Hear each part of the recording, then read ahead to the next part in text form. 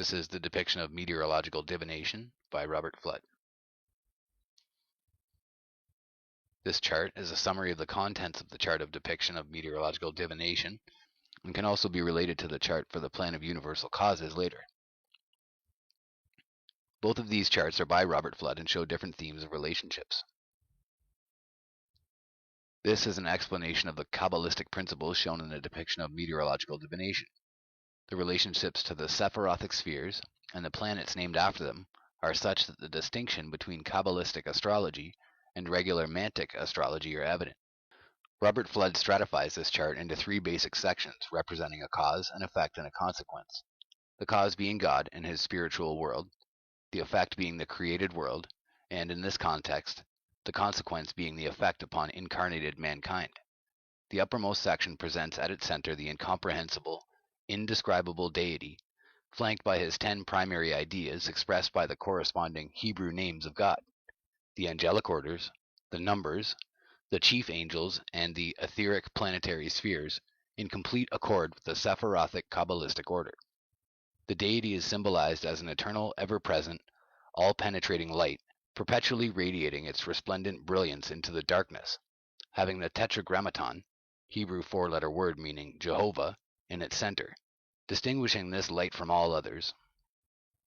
It should be noted that the etheric planetary spheres and the planets of the solar system are not, and therefore cannot be dealt with as though they were one and the same. The physical planets are named after and are analogous to those named in the etheric. These writings establish God as the prime mover, his order supreme, the guiding cause of all that follows below. The connection between God and the sun, the sphere, in the Kabbalistic order is further exemplified in the center of the chart by the sun receiving the light from God. In the New Revelation writing, Jacob Larber describes the importance of the sun to spiritual development in the work, the spiritual sun. This is further emphasized by the excerpt from Psalm 19, "In the sun hath he set his tabernacle." Furthermore, there is the physical sun, which is visible to anyone on earth, and a corresponding spiritual sun, which in the relevant work of Jacob Lorber is the heaven of the afterlife, which is often referred to biblically. To the left and right, in the etheric darkness above the hemispheric vault of the Earth's atmosphere, are the two charts. They are placed here deliberately to show what effects that the radiance originating from above the Earth have, and that planetary aspects can and do actively affect the general weather and sometimes meteorological phenomenon of the Earth. If these aspects are known and can be anticipated, an accurate prognostication can be made because of it. The chart on the left offers specific effects caused by planetary conjunctions, oppositions, and squares upon the Earth's weather within the 4 seasons, indicated as V spring, AE summer, A autumn, and H winter. To the right is a circular chart showing planetary aspects enabling one to generally predict weather. The words "opening of the great gates of heaven" are in the outer circle. Under these words there are various astronomical aspects well known to astrologers and astronomers that produce rainfall when present. These are: the moon is passing out of conjunction, the square, or opposition with the sun, Jupiter or Mars, and directly transits Saturn, Mercury, or Venus, or vice versa. Astrologers predict abundant rain and possible flooding under these aspects. The next circle shows the opening of the lesser doors of heaven, by which aspect consequentially produce rainfall. These were kept secret that the astrologers seldom divulged, because this information could be very useful. The central portion of the chart shows the sun and moon tracking across the vault of the sky from the eastern sunrise to the western sunset. Within this vault, the meteorological phenomena precipitate from the starry heaven of space through the 3 strata of atmosphere and onto the physical Earth as a result of planetary and stellar alignment, and their emitted specifica light reflecting in the layers of the atmosphere, emissions from the Earth itself, the breath of the Earth, the winds, and the effects by unseen beings that Fludd refers to as good angels, bad angels, and demons. In the outermost crescent of the hemisphere are unusual flame-like lights, meteors, comets, and glittering scintilla. Some of the signatures of these comets are described as auspiciously reddish, dark, or silvery blue. Others are more favorable in their pinkish or splendid light. Again, these are described in detail by Jacob Lorber in his Earth and Moon. some as having been projected or born of the earth itself. Below these, in the next crescent, are depicted various types of precipitation, some common and some unusual. Among the most common are rains, snow, thunder, and lightning, trembling lights within clouds and winds. Among the less frequent and often destructive are extreme thunder with lightning bolts, hail, sudden strong wind gusts, hurricanes, and disruptive whirlwinds, what might be referred to as tornadoes at present. The rarest grouping being described as monstrous showers, to more literally emphasize that they are extremely out of the ordinary. These might include frogs, blood, stones, or fish, which have also been known to fall from the sky, or biblical fire and brimstone falling from the sky. These come as a result of specifica maturing prematurely in the atmosphere. Some of these phenomena are attributed in addition to implied strictly physical events, or to the actions of good angels, bad angels, and malicious demons, also described in great detail.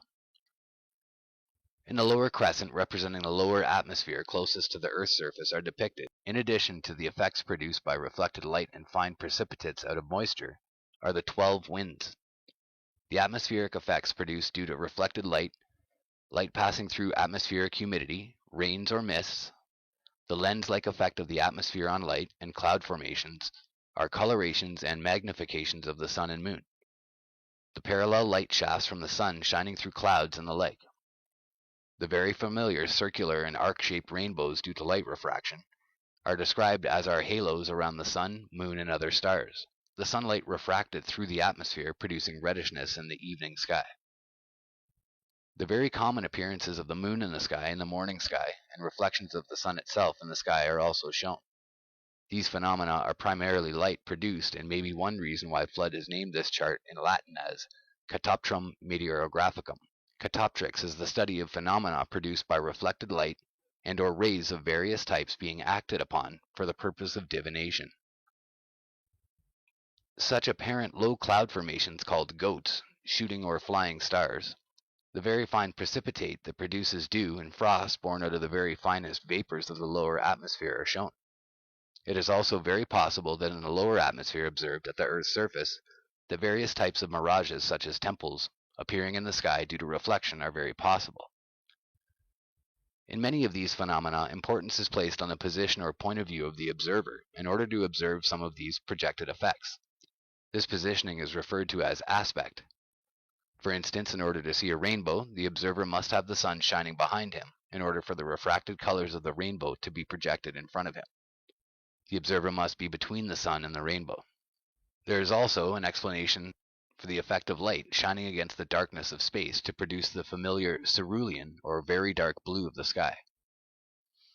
The 12 winds from all points of the compass are of particular interest, as they can bring good and bad influences with them depending upon their direction and the lands they traverse before arriving at their ultimate destination. Although the principles of the character, inherent in the directional origin of the specific winds, are made, the reference to the southern or African winds makes the effects of these winds described specifically relative to Europe. The lowest portion of the chart is divided into 3 portions. In the central portion, a man is reclining on the earth.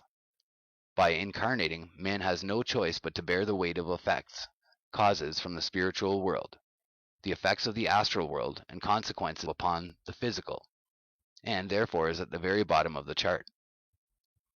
Out of his mouth he utters the statement, "Man is the perfection and end of all creatures in the world." This statement is of immense significance, yet it is not explained by Robert Fludd in this chart. Here the writings of Jacob Lorber are of immeasurable value. What is being uttered means that all of the material spirit substance, out of which the mineral, vegetable, and animal kingdom are composed, goes through a progression from the mineral, vegetable, and animal kingdoms, culminating in the human being, where it can be potentially perfected and made freer. To be clear, this is not the evolution of species. In the human being, the progression of physical matter does end in the vessel made in the image of God, for the salvation of both the human being and the physical matter. Flanking the recumbent man are 2 explanations. On the left, one of astronomical phenomena sent by good angelic beings to be beneficial to mankind, and on the right, other astronomical phenomena sent by malevolent angels as a scourge to mankind. The benevolent angels send favorable winds, rains, dews, which is a benevolent mana to plant and animal life on Earth, as opposed to the bad dew, which has the opposite effect. Tornadoes, hurricanes, cold, ice, clouds, rains, and lightning. Whereas the malevolent angels bring fiery whirlwinds with and without demons, furious winds, rains, springs, thunder, and lightning and hail. Whatever is of malevolent origin is sometimes sent to punish the earthly inhabitants in the listed extreme biblical precipitates of sulfur and brimstone.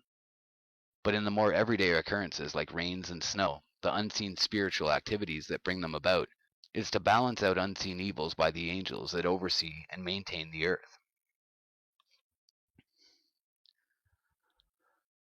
Each statement made in these two lower left and right panels are supported by biblical sources, indicating where similar events have taken place in the context of the consequence of human behavior, spiritual justice, and the consequent heavenly will, the fiat.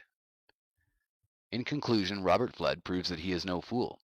He shows his thinking is clear and sound and devoid of usual superstition born of pure ignorance or baseless theory of his time. His explanations of atmospheric phenomena is scientific, but he also emphasizes the overriding guidance of divine providence in all things. The guidance of divine providence is shown to be very structured, orderly, rational, and completely contained within true Kabbalistic and Christian teachings. It is presented in a manner that few, if any, are capable of disputing. Again, all of the observations, conclusions, and axioms laid down here forth by Fludd are completely substantiated by the Holy Bible and by Barden and Lorber with mathematical preciseness.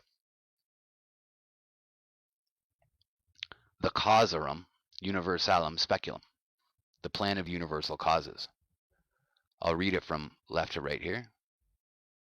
The sunrise giving life and glory, and it increases up to vigor, and then begins to decrease down to day's end, the hidden life. Sunset, or the beginning of night and privation.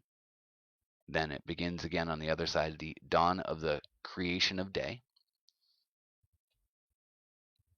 God's appearing Aleph, illuminated, and divine wisdom.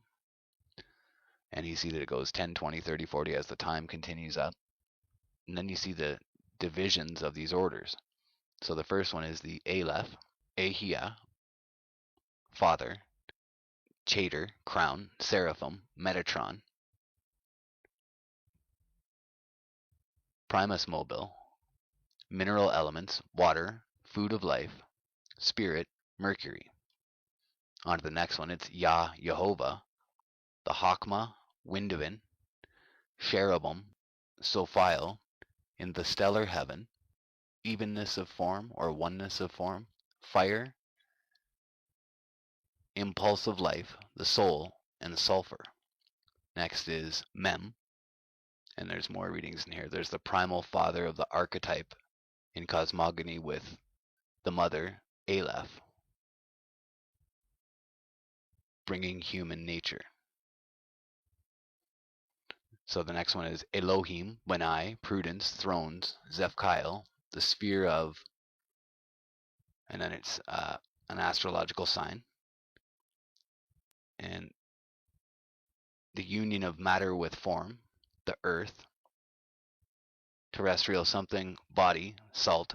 Next is El, chaste, clemency, dominations, Zadkiel, the sphere of, and it's another astrological sign, nature's energy, the lesser air, the vapor of life, the internal spirit, mercury of life.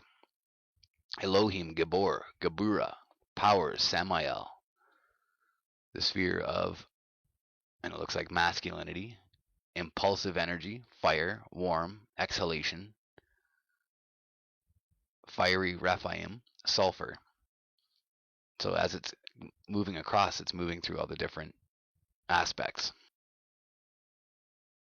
The vow Shin, Eloah, Tiferoth, grace, the virtues, Michael, the sphere of, and then it's the point within the circle, the vital energy, regions of the upper and fiery abyss or ash.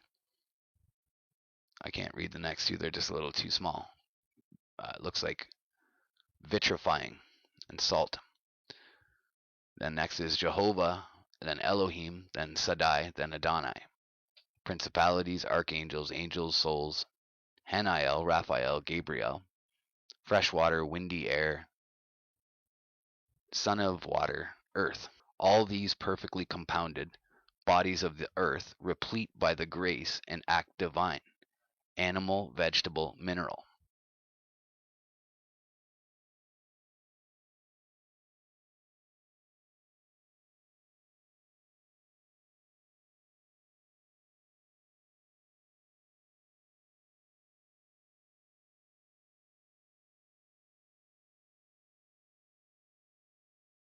The earth, void and empty, or divine power, God concealed of the darkness of Aleph. So you have the spheres, 1 to 10, which each have a name of God, and a sephira, and an order of angels, and a chief of angels, and an ethereal circle. Sphere 1 is Ahia, the Kether, the seraphim. The chief of angels of Metatron is Metatron, and its ethereal circle is the primum mobile. Number 2 is Yah, its sephira is the Hokmah, the order of angels is the cherubim, its chief of angels is Roziel, and its ethereal circle is the stellar heaven. The third sphere is the Elohim, the stellar heaven. Its sephira is the Binah, its order of angels is the thrones. Its chief of angels is Zabkael, and its ethereal circle is Saturn. Sphere 4 is El. Its sephira is Hesed. Its order of angels is dominations. Its chief of angels is Zadkael. Its ethereal circle is Jupiter. Number 5, sphere 5, is Elohim Gibor. Its sephira is the Gebura. Its order of angels is powers. Its chief of angels is Samael. Its ethereal circle is Mars. Sphere 6 is the Eloah. Its sephira is the Tifereth. Its order of angels is the virtues. Its chief of angels is Michael. Its ethereal circle is the sun. Number 7 is the Jehovah Sabaoth. Its sephira is the Netzach. Its order of angels is the principalities. Its chief of angels is the Nil. The ethereal circle is Venus. Number 8 is the Elohim Sabaoth. Its sephira is Hod. Its order of angels is archangels. Its chief of angels is Raphael. And its ethereal circle is Mercury. Sphere 9 is the Shaddai. Its sephira is the Yeshad. Its order of angels is angels. Its chief of angels is Gabriel. Its ethereal circle is the moon. Sphere 10 is Adonai. Its sephira is the Malkuth. Its order of angels is souls. Its chief of angels is the soul of the Messiah. Its ethereal circle is the elements.